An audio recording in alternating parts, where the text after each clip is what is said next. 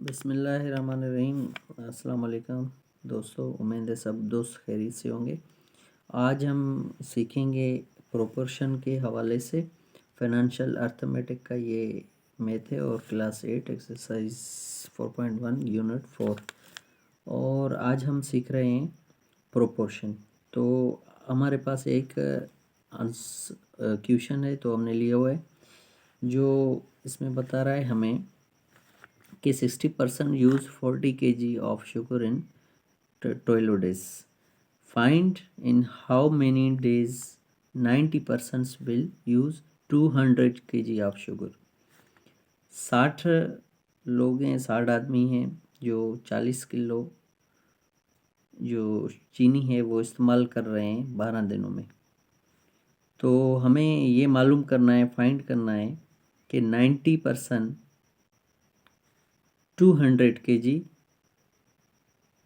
जो है, बल्कि हाउ मैनी डेज 90%। हाँ, तो यही हमें दिन मालूम करने हैं कि 90% 200 kg शुगर कितने दिन तक यूज़ करेंगे। तो इसके लिए हमारे पास प्रोपोर्शन के हवाले से ये है कि अब देखना है हमें, एक तो यहाँ पे हमें पर्सन मिले हुए हैं और दूसरी तरफ हमें किलोग्राम मिले हुए हैं शुगर के, ठीक है। चीनी के 40 किलो हैं और तीसरा हमारे पास डेज हैं।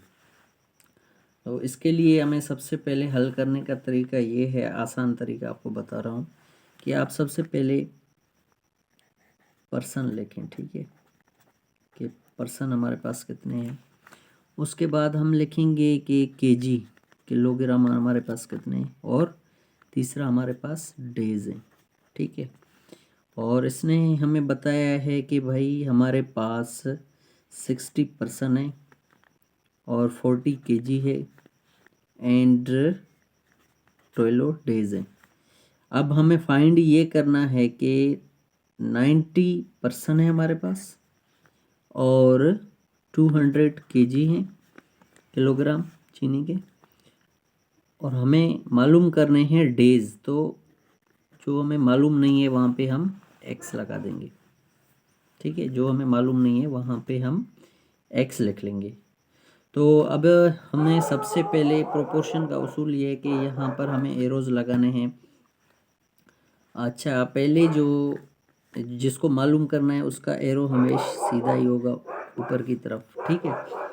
उसके बाद हमारे पास अब ये देखना है कि इसके साथ हम कंपेयर करेंगे, जो हमें मालूम करना है डेज के साथ कंपेयर करेंगे, ठीक है। तो यहाँ हमारे पास 40 kg हैं और यहाँ पर 12 दिन है, ठीक है।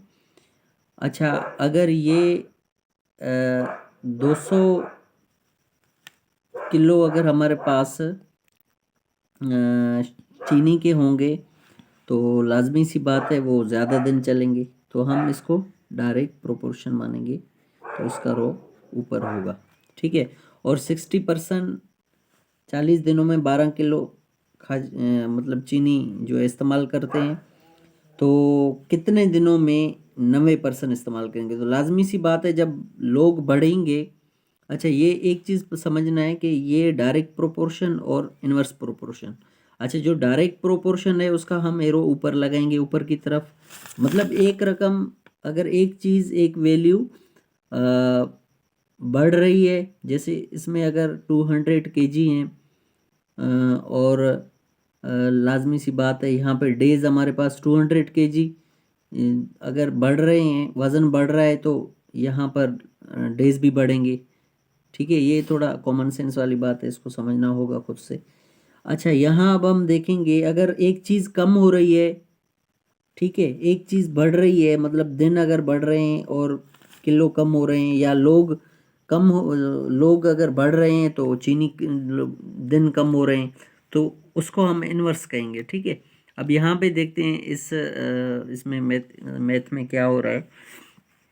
यहाँ पर हमारे पास 60 लोग हैं जो 12 दिन में चीनी 40 किलो इस्तेमाल करते हैं, तो वही चीनी अगर 90 लोग होंगे लाजमी सी बात है तो वो कम दिन में इस्तेमाल करेंगे, तो मतलब 12 दिन से भी कम में, तो ये हमारे पास इन्वर्स में आ रहा है, तो ये हम